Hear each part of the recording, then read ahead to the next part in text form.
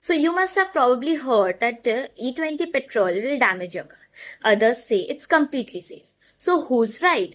Well, before deciding that, let's understand why India switched to E20 in the first place.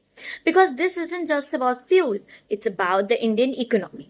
India imports around 85% of the crude oil it consumes. So whenever oil prices rise globally, India's import bill increases, affecting fuel prices and the economy. Reducing that dependence has been a long term goal. And that's where E20 comes into play.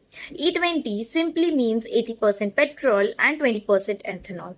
And contrary to what many think, ethanol blended fuel isn't new. Countries like Brazil have used high ethanol blends for decades, even the US. Actually, even India has been using E10, that's 10% ethanol. The latest change is simply increasing the blend from 10 to 20%. Why, you ask? Because ethanol is produced in India, mainly from sugarcane and maize. So replacing a part of the imported petrol with ethanol can reduce oil imports and lower emissions among the many.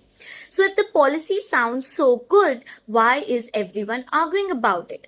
Three reasons. First, mileage. Since ethanol contains less energy than petrol, some vehicles may see a slight drop in the fuel economy.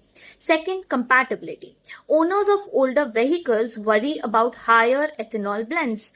The government and manufacturers, however, say that E20 has undergone extensive testing and does not cause widespread engine damage in the compatible vehicles.